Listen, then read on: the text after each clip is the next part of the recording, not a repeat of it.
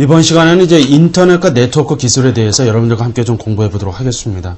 자, 인터넷이 이제 어떻게 시작이 되었는지, 그리고 이제 네트워크와 관련한 기술에 대해서 여러분들과 함께 이번 시간 한번 공부해 보도록 하겠습니다.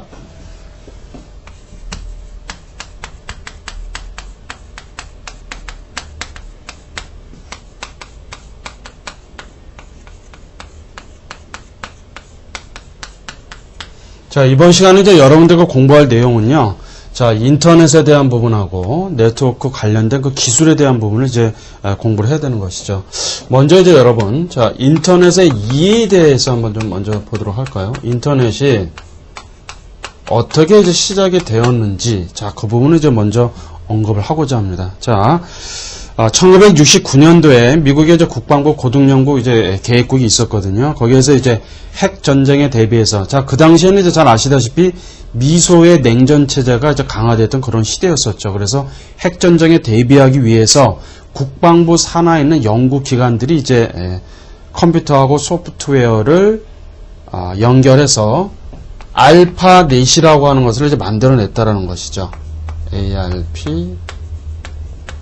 알파넷이라는 것을 이제 만들어냈다는 거예요. 그래서 통신망을 구축하기 시작했다라고 하는 것이에요. 그래서 이 부분이 이제 1970년대 초에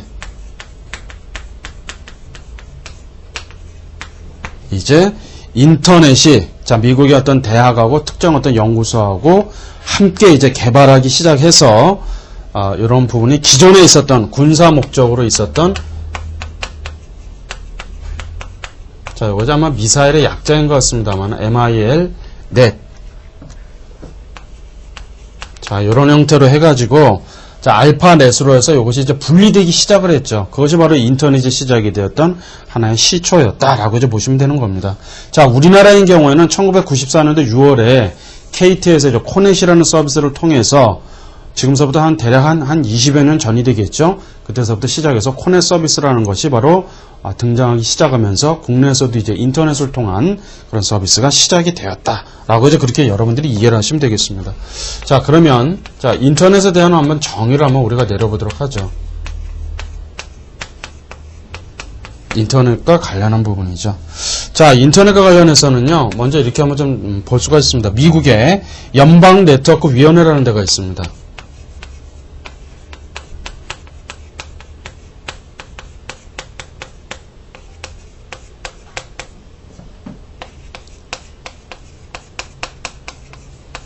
자, 요걸 이제 영문으로 약자는 FNC라고 합니다. FNC라고 해서 약자로 미국의 연방 네트워크 위원회죠. 자, 이곳에서는 인터넷을 IP 기반으로 하는 것이죠. 인터넷은 IP 기반으로 해서 이루어지는 겁니다.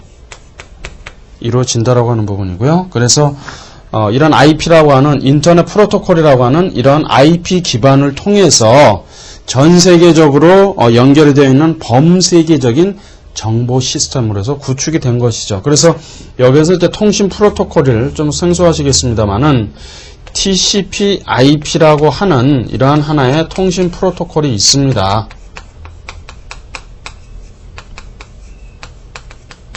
자, 사실 이 TCP/IP라고 하는 통신 프로토콜도 이것도 기출문제에서 출제됐던 부분이죠. 그래서 TCP/IP라고 하는 이런 통신 프로토콜을 통해서 상호간에 이제 커뮤니케이션을 하고 상호제 지원해 줄 수 있는, 자, 그런 시스템으로 누구나 접근해서 사용할 수 있는 그런 형태였었다라고 하는 것이죠. 자, 그 다음에 이제 크롤과 호프만이라고 하는 사람도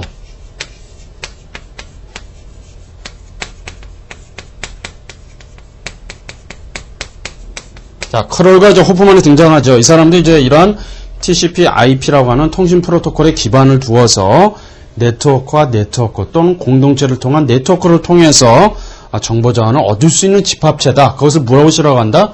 자, 인터넷이라고 한다라고 하는 것이죠. 그런 의미로 여러분들이 이해를 하시면 되겠습니다. 자, 그러면 인터넷이 가지고 이제 특성이 있겠죠. 인터넷의 특성 한번 좀 살펴보도록 하겠습니다. 자, 인터넷 특성에 관해서 먼저 운영 원리적인 측면에서 한번 좀 볼 수가 있습니다.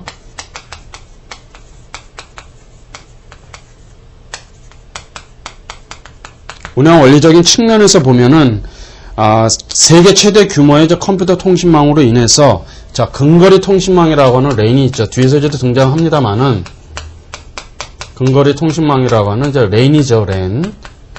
가까운 거리 또는 어떤 사무실이나 이런 실내에서 이루어지는 것이 이제 근거리 통신망이 있는데, 자, 이런 부분을 통해서 전 세계를 망라하는 거대한 망의 이제 집합체다라고 이제 보는 것이죠. 자, 방법은 이제 패킷의 전송 방법이었습니다. 패킷이라고 하는 것을 통한 전송 방법을 이제 사용을 했다라는 것이죠. 이걸 이제 동원했었다. 자, 그리고 이제 인터넷에서는 IP라고 하는 이런 주소 체계를 가지고 있습니다. 그래서 지금 현재 내가 사용하고 있는 컴퓨터인 경우에는 고유의 IP라고 하는 주소가 이제 부여가 되는 것이죠. 그래서 이 IP 주소는 거의 이제 16진술에서 16자리로 해서 16진술에서 나타나게 되는, 자, 그런 부분입니다. 그래서 도메인 네임을 가지고 여러분들이 서로 오가는 그런 부분이다라고 보시면 되겠습니다. 자, 두 번째로 커뮤니케이션으로서 이제 어떤 미디어적인 특성이 있죠. 미디어적 특성. 자, 미디어적 특성에 있어서는 다수의 송신자, 자, 보내는 사람이 있으면은 수신자가 있겠죠. 존재하는 다대다, 많은 사람들이 서로 송수신이 가능하다. 그 다음에 시간이라든지 공간을 초월해서 동시적 또는 비동시적으로 커뮤니케이션을 지원할 수가 있다. 그리고 자, 익명성이죠.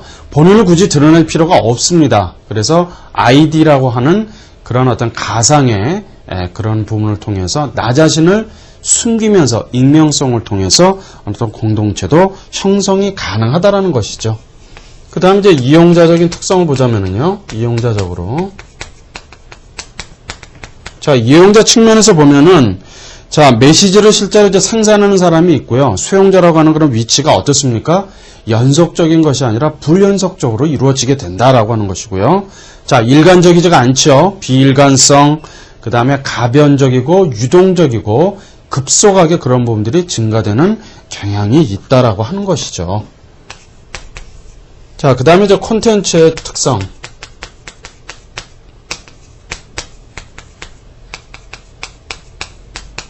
자, 콘텐츠와 관련해서는요, 전 세계에 있는 그런 컴퓨터가 어떻습니까? 쌍방향으로 존재하면서 거대한 하나의 멀티미디어의 정보를 제공하고 있죠. 그래서 국내뿐만이 아니라 어때요? 전 세계, 전 지구 세계에 있는 부분들이 인터넷이라는 이러한 망을 통해서 방대한 양의 그런 정보들을 서로 주고받을 수 있는, 자, 그런 형태가 되는 것이죠. 그러니까 어느 누구나 생산자가 될 수도 있고 또 누가 될 수가 있다는 얘기예요? 수신자, 수용을 할 수 있는 사람이 될 수 있다. 자, 그런 측면에서 여러분들이 바로 살펴보면 된다는 거죠. 미디어적, 이용자적, 콘텐츠적 특성을 가지고 있다. 그렇게 여러분들이 이해하시면 되겠습니다. 자, 그러면 이제 인터넷망의 중립성과 관련한 부분 한번 보도록 하죠.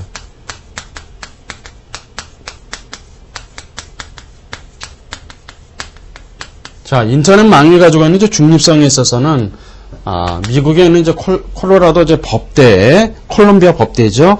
팀 우라는 이제 교수가 이런 얘기를 했습니다. 자, 우라는 이제 교수가 이런 얘기를 했습니다. 자, 망이나 이용자에게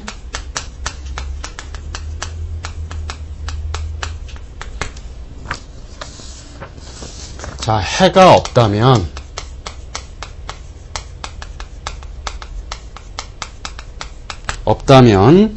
통신사업자는 트래픽을 차별할 수 없다.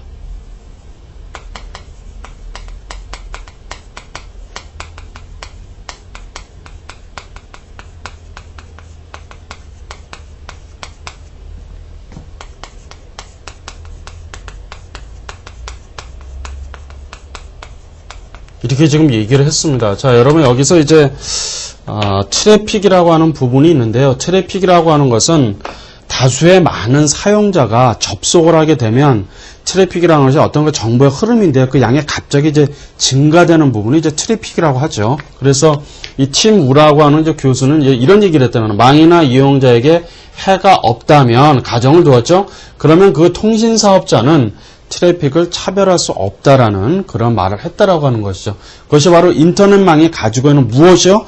중립성이다라는 겁니다. 인터넷망이 가지고 있는 중립성에 대한 부분을 언급하고 있는 것이죠. 그래서 이 망 중립성이라고 하는 부분은 이런 의미로 좀 볼 수가 있다는 얘기예요. 자, 망 사업자도 있고요. 또 정부가 어떤 콘텐츠, 사이트, 플랫폼, 부착기기나 통신 방식에서는 제약이 있어야 된다는 얘기가 없어야 된다는 얘기가 있어서는 안 된다. 이제 그런 얘기죠. 그리고 인터넷으로 전송이 되고 있는 이런 데이터 트래픽과 관련해서 그 내용이라든지 유형이라든지 또 운영하는 사업자 또 단말기 등에는 상관이 없이 동등하게 처리하라. 이제 그런 얘기입니다. 동등하게. 이것이 바로 인터넷망이 가지고 있는 중립성의 의미다라고 여러분들이 그렇게 좀 이해를 해주시면 되겠습니다. 자, 다음은 이제 비차별성의 적용 방식.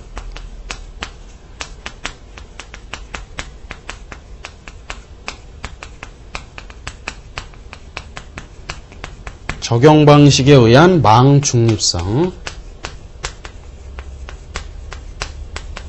관련한 부분 한번 좀 살펴보도록 할까요? 자, 이 부분과 관련해서는요, 자, 절대적인 비차별성의 개념이다.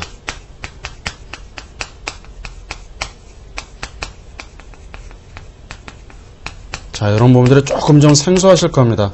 비차별성이 어떤 부분이다? 자, 이 부분은요, 망 중립성이라고 하는 것은 인터넷 접속 사업자가 품질에 대한 고려 없이 일단은 도착한 순서대로 무엇을 패킷을 처리한다. 도착한 순서대로.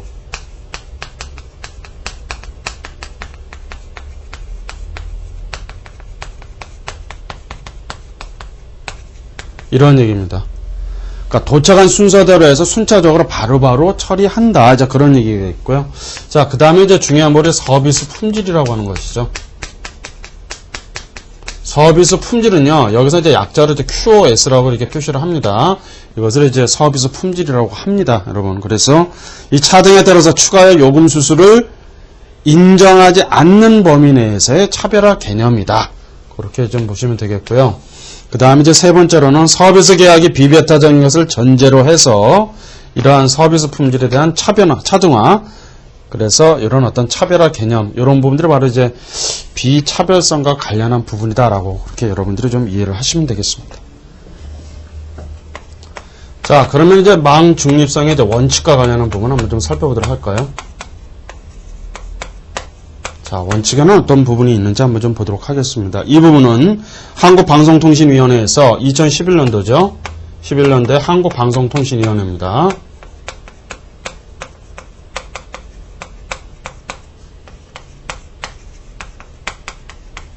한국방송통신위원회에서 망 중립성과 관련한 기본 원칙을 이제 제시를 했죠. 2011년 경우입니다.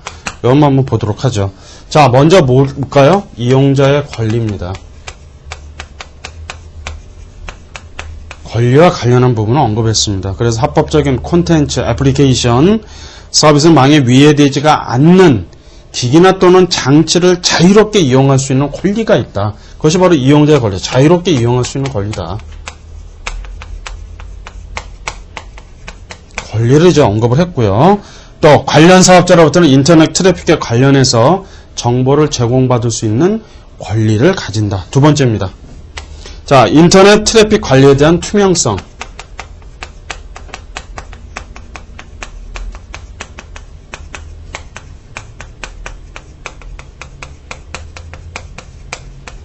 자, 이 부분은요, 이런 의미입니다. 자, 트래픽이라고 하는 것을 그런 부분을 관리하는 데 있어서 그 목적, 범위, 조건, 절차, 자, 방법이라든지 그런 부분은 어떻게 해야 된다니까, 투명하다는 얘기니까 공개하라, 이제 그런 얘기죠. 트래픽 관리를 어떻게 하고 있는지 공개하라, 이제 그런 얘기입니다. 공개해서 그런 어떤 영향을 이용자에게 알려야 된다. 세 번째는 이제 차단 금지입니다. 자, 차단 금지가 가지고 있는 의미는 자, 인터넷을 접속 서비스하는 사업자가 있겠죠. 제공 사업자가. 그러면은 서비스나 또는 망에 위해되지 않는 그런 기기나 장치를 어떻게 된다는 얘기예요? 차단해서는 안 된다. 이제 그런 얘기죠. 그 다음 이제 네 번째가요. 바로 불합리한 차별 금지입니다.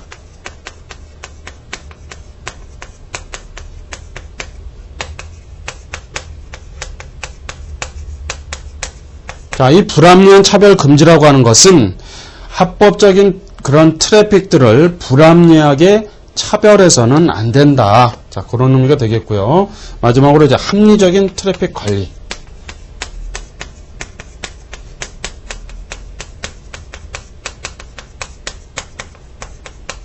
자, 합리적으로 트래픽을 관리한다라고 하는 것은, 합리적인 트래픽 관리라고 하는 것은 그런 그 합리성 여부에 대한 판단 여부를 방송통신위원회가 별도로 정한 자, 그런 부분을 통해서 합리적으로 트래픽을 관리해야 된다라고 하는 그런 의미라고 보실 수 있는데요.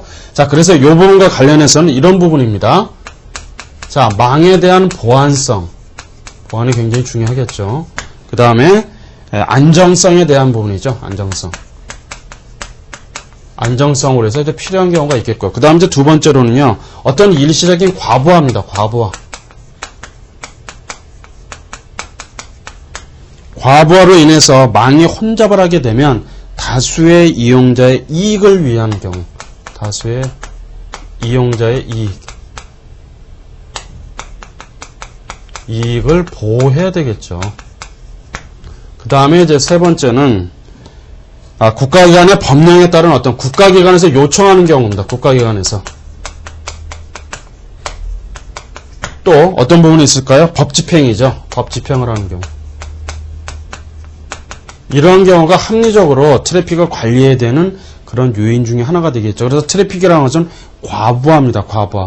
어떤 경우에는 그 서버가 다운될 수도 있겠죠. 아니면은 홈페이지 같은 경우가 갑자기 수없이 많은 사용자가 접속 폭주가 되게 되면 속도가 느려지는 경우도 있고 다운되는 경우가 있죠. 그런 것이 어떤 과부하라고 볼 수가 있는데 그런 의미라고 여러분들이 이해를 하시면 되겠습니다. 자, 그 다음에 이제 인터넷의 주소 체계를 한번 보실까요? 여러분들 이제 인터넷 주소 체계는 통상 어떻게 되어 있느냐면요. IPv6라고 하는 겁니다. IPv6라는 그런 형태가 인터넷의 주소 체계다라고 이제 보시면 되겠죠. 그래서 16비트의 형태입니다. 인터넷 주소 체계는 16비트로 해서 구성이 되어 있다. 자, 그렇게만 여러분들이 좀 이해를 하시면 되겠습니다. 자, 그리고요. 인터넷 이제 서비스 종류가 좀 몇 가지 나오죠. 이런 부분도 여러분들 잘 정리해 주셔야 돼요. 인터넷 서비스의 종류가 이제 등장하기 시작하죠. 종류도 잘 정리하셔야 되는데요. 먼저 이제 원격 접속이 있습니다.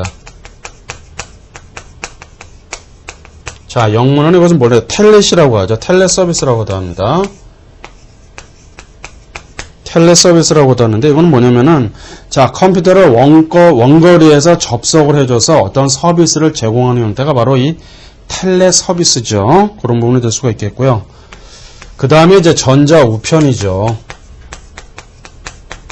전자우편은 이제 우리가 잘 알고 있습니다만은 이메일이라고 하죠. 이메일. 그래서 이 이메일이라고 해서 전자우편을 통해서 내가 글쓰기라든지 어떤 파일, 이미지, 문서 작성을 해서 상대방에게 주기도 하고 받기도 하는 자, 그런 형태가 바로 이제 전자우편입니다. 세 번째는 이제 인터넷 전화죠.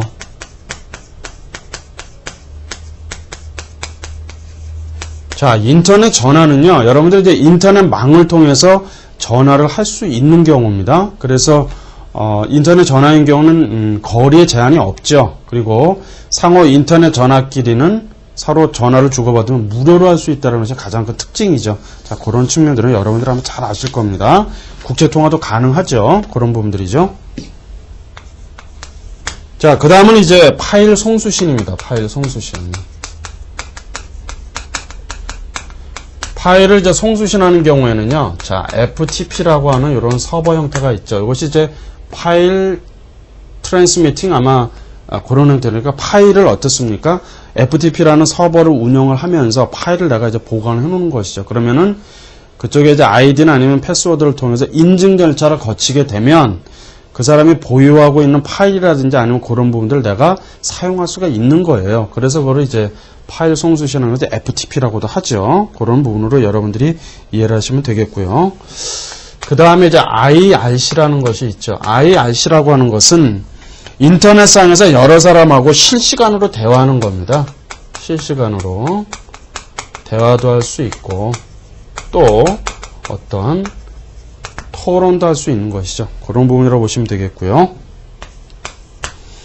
자, 그 다음에 이제 고포라고 하는 학자가 이제 등장하는데요. 고포라고 하는 사람은 이런 얘기를 합니다.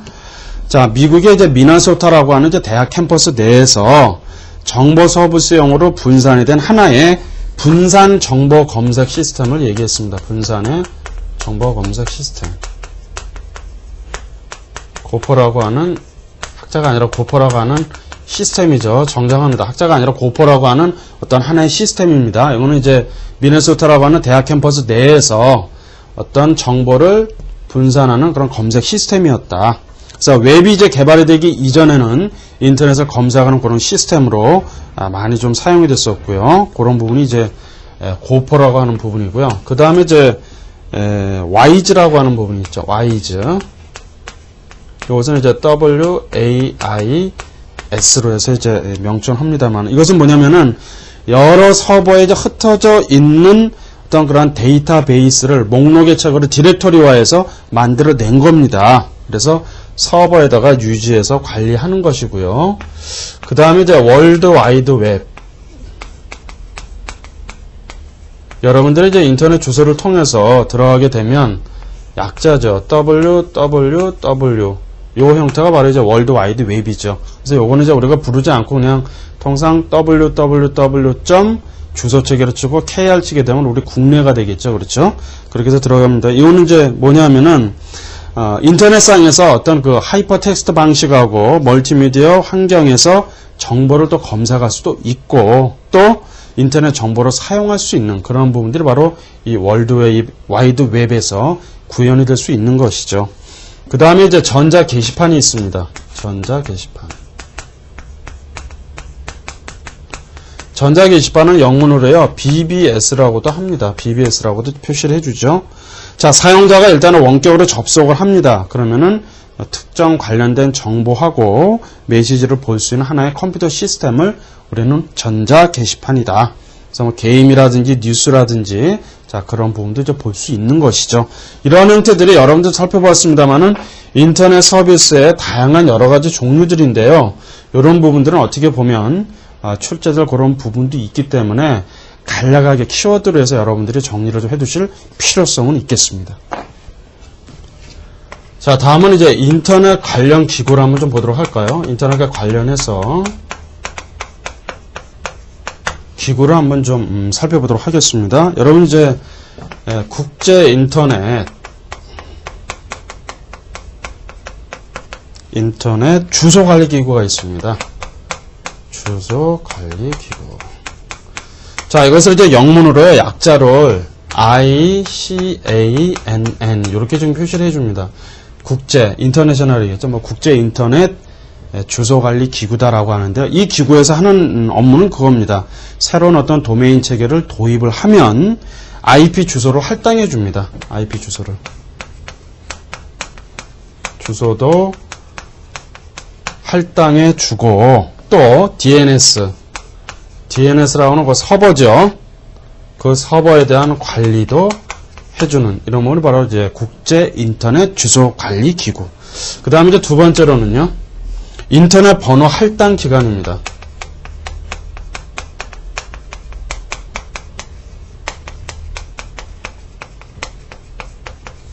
자, 이거는 이제 영문으로요, IANA라고 합니다. 이거는 이제 약자죠.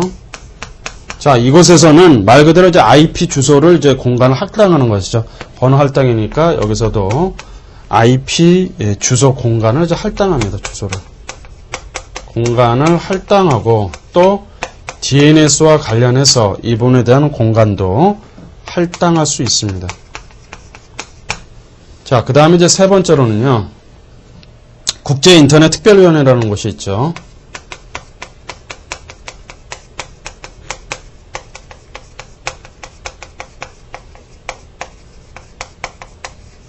자, 영문으로 어떻게 약자로 하냐면 IAHC입니다.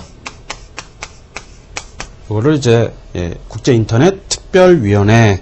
그 다음에 인터넷 정책 이제 등록기관.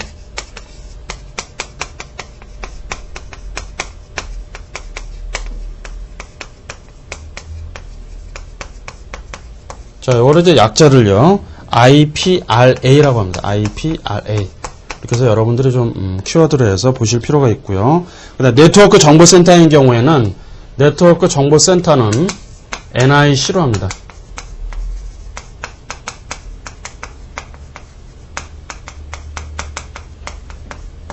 NIC로 해서 표시를 해준다.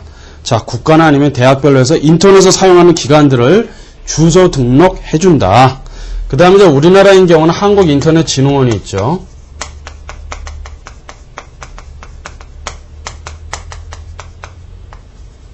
진흥원이라서 KISA입니다. KISA로 약자로 해서 한국에는, 우리나라에는 인터넷진흥원이 있다. 그래서 우리나라에서 이제 IP 주소를 당연히 여기서 할당해 주는 겁니다. IP 주소를 실제 할당해 주고요. 그 다음에 도메인 네임. 자, 도메인 네임과 관련한 DB.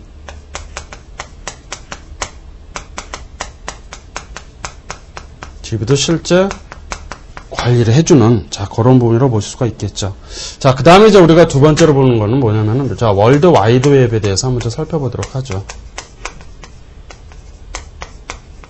약자는 www입니다. 여기가 월드 와이드 웹이죠.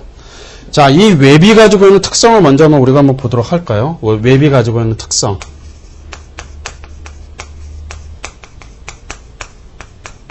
자, 웹이 가지고 있는 특성은요, 우선 먼저 첫 번째 우리가 봐야 될 건 뭐냐면은, 하이퍼텍스트라고 하는 기능입니다. 하이퍼텍스트. 자, 이 하이퍼텍스트라고 하는 것은 1964년도에 테드 넬슨에 의해서 사용이 됐습니다. 용어가. 그러면서 이 하이퍼텍스트라고 하는 것이 자유롭게 이제 콘텐츠를 돌아다니다가 다양한 방향으로 이제 갈 수 있게끔 하는 것이 바로 이제 하이퍼텍스트가 가지고 있는 의미라고 하는 것이죠. 그래서 하이퍼텍스트는 비선형적이고 특성입니다. 그 다음에 다중의 선형적이다. 다중. 그리고 다중의 순차적이다. 이런 특성을 가지고 있는 것이 뭐라고요? 하이퍼텍스트라고 하는 것이 하이퍼텍스트. 자, 그런 의미로 여러분들이 좀 이해를 하시면 되겠고요. 자, 그러면 이 하이퍼텍스트가 가지고 있는 특성이 있습니다. 특성. 이것이 이제 기출문제로 나왔던 부분이죠. 하이퍼텍스트의 특성.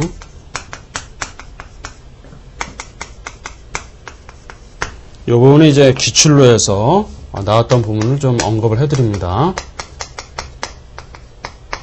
특성과 관련한 부분이었었죠. 자, 먼저 우리가 한번 보도록 하겠습니다. 어떤 부분이 있느냐. 먼저, 자, 상호 텍스트성입니다. 상호.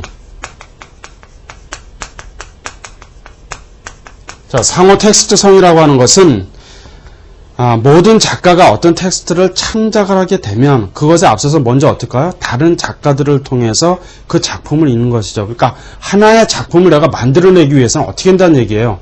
다독을 하죠. 수없이 많은 작가들이 창작에는 창작물들을 많이 읽을 수밖에 없어요.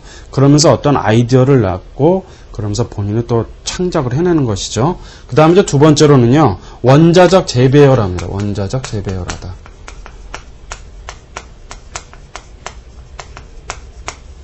자, 이 의미는 모든 형식들은 원자화되고 다양하게 분산되어 있다. 어떤 분산에 대해서 결합이 되는 그런 형태로 보여준다. 그 다음에 이제 렉시아적 특징. 자, 이게 이제 렉시아라고 하는 이제 용어가 등장합니다만은 다양한 경로를 통해서 일련의 어떤 연결된 텍스트로 해서 구성이 된다. 그 다음에 이제 비선형성이죠. 비선형성.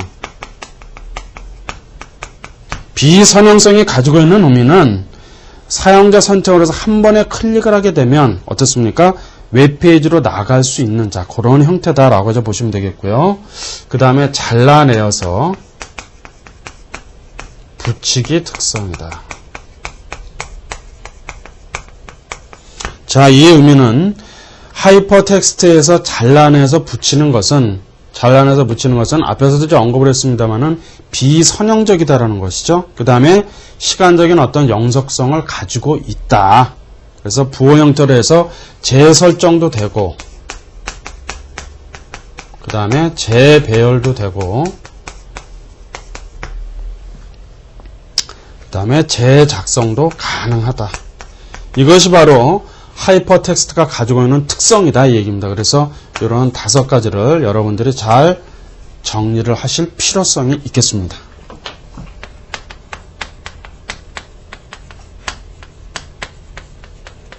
자, 다음 보시는 여러분들이 이제 시각적인 브라우저라고 하는데요. 자, 웹 브라우저를 이제 얘기하는 겁니다. 일련의 주립돼서 슈퍼컴퓨터 응용센터죠. NCSA였는데요. 웹 기술을 이제 도입해서 최초의 사이트가 바로 이제 이 웹 브라우저였었죠. 그래서 여기서 이제 등장하는 부분이 바로 이제 HTML이라고 하는 부분이 이제 등장을 하는 것이죠. HTML. 그래서 앤드리스라고 하는 사람이 여러분들 이제 넷스케이프라고 하는 부분 잘 아실 겁니다. 네고시에이터죠. 그래서 넷스케이프라는 회사를 차려서 넷스케이프 나비게이터라고 하는 브라우저를 개발해서 엄청난 그 파급 효과가 있었죠. 그래서 이제 마이크로소프트 MS사에서 바로 인터넷 익스플로러를 개발함으로 인해서 브라우저를 개발하게 되는 자 그런 계기를 이제 맞이하게 되는 거였습니다. 자, 그 다음에 이제 웹 주소가 있죠.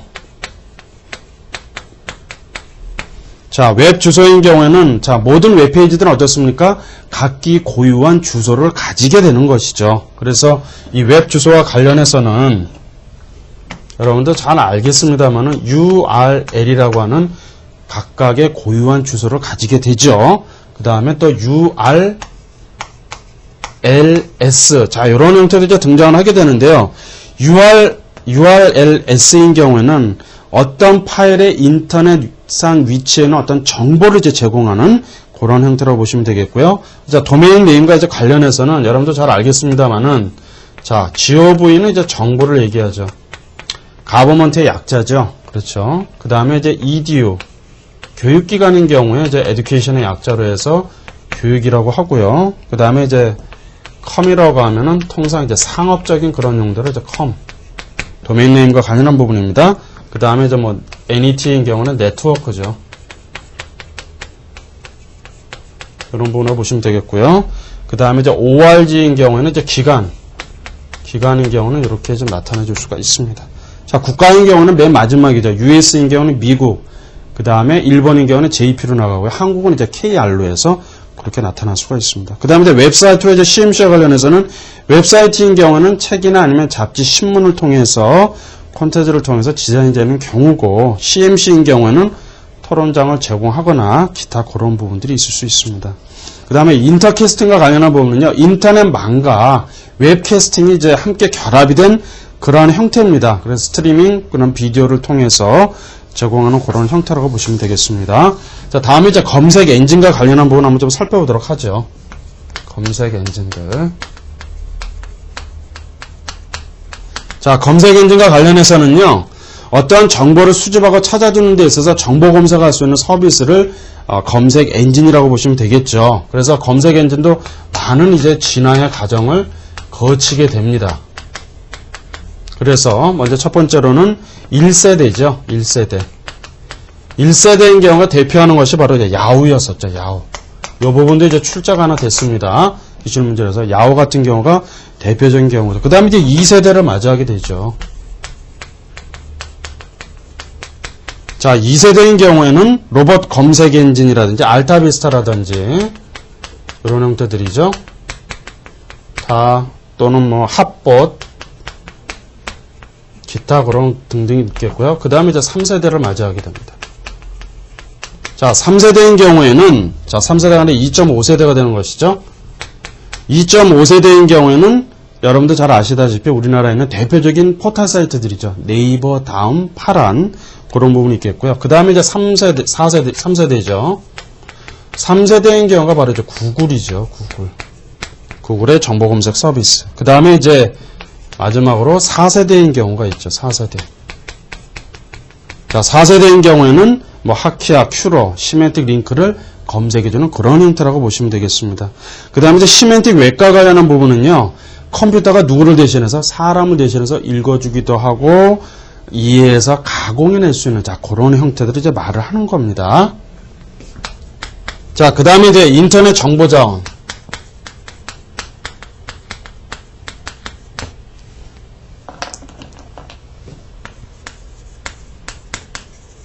자원에 대한 이제 식별 체계를 한번 보도록 하죠. 이 부분도 여러분들 이제 기출로 나온 부분이기 때문에요. 잘 보십시오. 기출 문제였습니다. 이 부분도 출제했다는 걸 좀 참조를 좀 해주시고요. 먼저 이제 X에 대해서 먼저 살펴보죠. 여기에서는 이제 URL, URI, URN, URC. 자, 이런 이제 용어들이 좀 등장합니다. 생소합니다만은. 그런 부분에 대해서 여러분들이 잘 정리를 좀 해주시고요. 그 다음에 이제 두 번째는 DOI라고 하는 것이 있죠. DOI라고 하는 것은 모든 디지털 콘텐츠에 부여가 되는 고유의 식별 번호다. 이렇게 여러분들이 이해를 하십시오.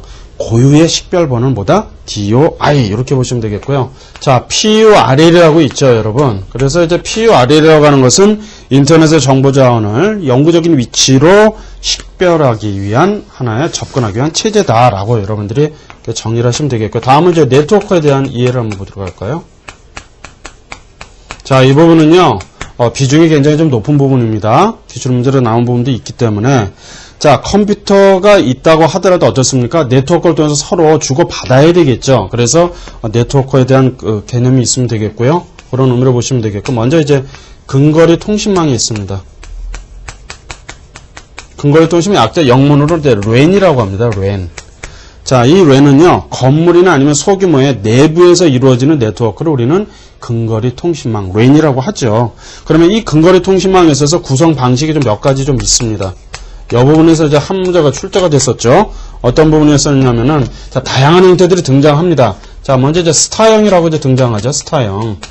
자, 스타형인 경우에는 호스트 컴퓨터를 중심으로 해서 하나의 내부의 네트워크가 이루어지는 것이에요. 그래서 이 부분이 이제 피어 투 피어 방식이라고 하죠. 피어 투 피어 방식이다. 요거 이제 출제됐던 부분이죠. 스타형이. 여러분들 잘 정리하셔야 되겠고요. 그 다음에 이제 등장하는 게 이제 링형이라고 하죠. 링. 자, 링형인 경우에는 토큰의 방식으로 인해서 하나의 데이터만 받아 쓸 수가 있어요. 그런 경우는 이제 링형이라고 하고요. 그 다음에 이제 버스 형태가 있습니다. 버스형. 자, 어떤 모든 컴퓨터가 하나는 버스라고 형태로 해서 구성이 되어 있는 경우, 그런 경우. 그 다음에 트리형. 트리형인 경우는 이제 트리가 이제 나무라는 뜻 아니겠습니까? 그래서 버스형이 좀 더 확장된 형태로 해서 분산 처리돼서 트리에 이런 구조로 해서 형성이 되어 있는, 자, 그런 형태라고 보시면 되겠고요. 그 다음에 이제 메시형이라고 있습니다. 이 메시형인 경우에는요, 여러분 이렇게 보시면 됩니다. 요거는 이제 통신망을 구성하는 형태에 있어서 메시형의 구조를 많이 띄고 있거든요. 왜 그러냐면은 분산 처리가 가능하기 때문에 이 회선이 예를 들어서 통신이 절단되거나 아니면 장애가 발생이 되면 어떻게 되겠어요? 난리가 나겠죠. 그래서 통신회선이 예를 들어서 장애가 있는 경우에는 분산돼서 다른 경로를 통해서 끊임없이 연결이 돼서 사용할 수 있도록 하는 것이 바로 이제 메시형입니다. 그 다음에 이제 격자형이라고 나오죠. 격자형. 자, 격자형이라고 하는 것은 신뢰성이 굉장히 우수하고요. 광역 통신망에 적합이 돼서 사용하는 부분인데, 이 근거리 통신망에 관련한 구성 방식, 자, 요 형태들, 이런 부분들 여러분들이 잘 정리를 좀 해주십시오.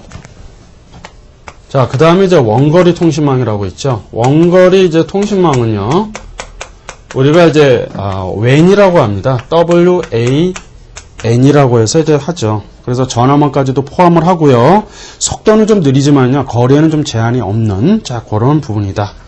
그 다음에 이제, 100번의 네트워크가 있죠. 100번 네트워크.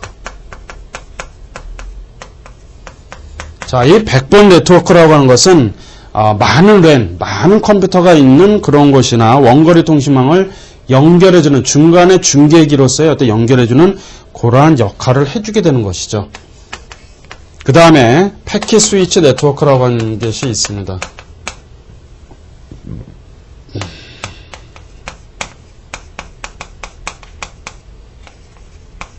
자, 이 패킷의 형태는요, 우리가 이제 두 가지로 좀 나누어 보자. 하나는 회선 교환 방식이 있어요. 회선을 통해서 하는 방식. 그 다음에 패킷을 형태로 나누어져서 하는 방식이죠. 패킷 교환 방식. 이런 두 가지 형태에서 우리가 살펴볼 수가 있겠다. 그래서 물리적인 어떤 회선을 통해서 교환하는 방식이 있는가 하면 데이터를 통해서 어떤 주소라든지 그런 부분들을 통해서 보내주는 패킷의 형태가 두 가지로 우리가 볼 수가 있는 것이죠. 자, 그 다음에 이제 중요한 부분이 뭐냐면 이제 통신 프로토콜이죠.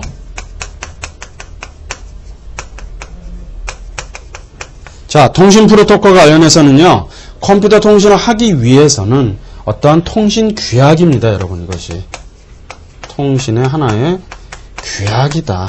그래서 대표적인 것이 바로 TCP/IP라고 하는 프로토콜이죠. IP라고 하는 이러한 프로토콜이 대표적인 컴퓨터 통신을 하는 데 있어서의 하나의 공통된 규약이다. 그렇게 여러분들이 보시면 되겠고요. 이 종류와 관련해서 여러분들 굉장히 중요한 부분입니다. 종류. 이것이 이제 기출문제로 나왔다라고 하는 부분이죠. 자, 그래서 이제 뭐가 있느냐면은 먼저, 자, TCP/IP라고 하는 프로토콜이 있죠. TCP/IP. 조금 전에도 언급을 해드렸습니다만은 인터넷 정보를 전송하고 제어하는 프로토콜이다. 그 다음에 이제 두 번째가 바로 FTP죠. FTP는 이제 서버죠. 그래서 파일을 전송하는 형태의 프로토콜. 세 번째는 이제 SMTP라고 있죠. SMTP인 경우에는 전자우편 서비스를 위한 프로토콜이다. 그 다음에 이제 네 번째 HTTP라고 있죠. HTTP인 경우에는 웹을 이용한 경우가 바로 HTTP다. 그 다음에 이제 PPP. 이 PPP 방식이라는 것은 전화망을 이용해서 인터넷을 이용하게 하는 부분이 되겠고요. 그 다음에 여섯 번째 이제 SLIP라고 하는 방식이 있죠. SLIP인 경우에도 전화망을 이용해서 사용해주는 그런 부분을 볼 수가 있는데요. 그래서 여기서 중요한 것은 바로 이런 TCP/IP 프로토콜과 각 종류에 대한 부분들을 여러분들이 정리해 주시면 됩니다. 자, 다음으로는요. 이 부분도 굉장히 중요한 부분인데요. 자, 네트워크에 이제 연결되는 장비들이 있죠. 네트워크 연결 장비.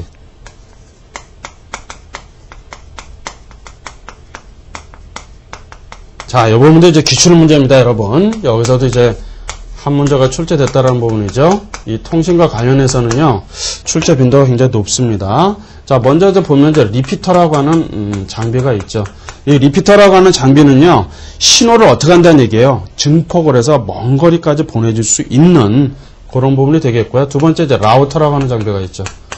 자, 이 라우터라고 하는 장비는 패킷의 주소를 읽어서 네트워크 경로를 이제 찾아가는 경우에요. 그래서 어떤 동일한 어떤 주소를 IP를 받아가지고 거기를 찾아서 추적해서 그 경로를 찾아가는 경우가 바로 라우터.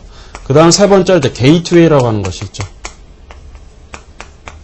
게이트웨이인 경우에는 서로 다른 어떤 프로토콜을 사용하는 네트워크를 연결해 주는 것이고, 그 다음에 네 번째 허브죠, 허브.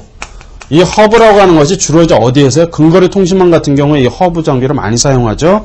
접속 방법의 다른 물리층, 다른 어떤 PC들을, 컴퓨터를 연결해 주는 그런 장치가 바로 허브다. 자, 그 다음에 이제 중요한 부분 뭐겠습니까? 또 네트워크의 성장 법칙입니다. 이 부분도 출제된 부분이 있어요, 여러분. 성장 법칙. 여기에서 이제 기출 문제가 있습니다. 굉장히 중요하죠, 이런 부분들이. 그래서 먼저 이제 첫 번째 보면은 사르노프의 원칙이 있죠. 사르노프의 이제 법칙입니다, 법칙. 자, 사르노프라는 학자는 이런 얘기를 했습니다. 20세기 초에는 라디오하고 이제 텔레비전 네트워크 등장해서 비롯이 되는데, 방송 네트워크의 가치라고 하는 것은 무엇에 비례한다? 시청자들의 수에 비례한다. 이런 의미를 얘기했어요. 두 번째로 이제 무어의 법칙이죠.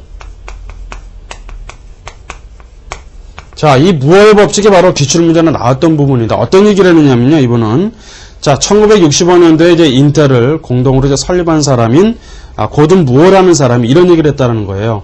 마이크로칩 하나가 같은 크기의 공간으로 압축이 돼서 들어갈 수 있는 소재의 수의 곱이 결정이 된다라고 이제 그런 얘기를 했다라고 하는 것이죠. 그 다음에 메트칼프의 법칙이 있습니다.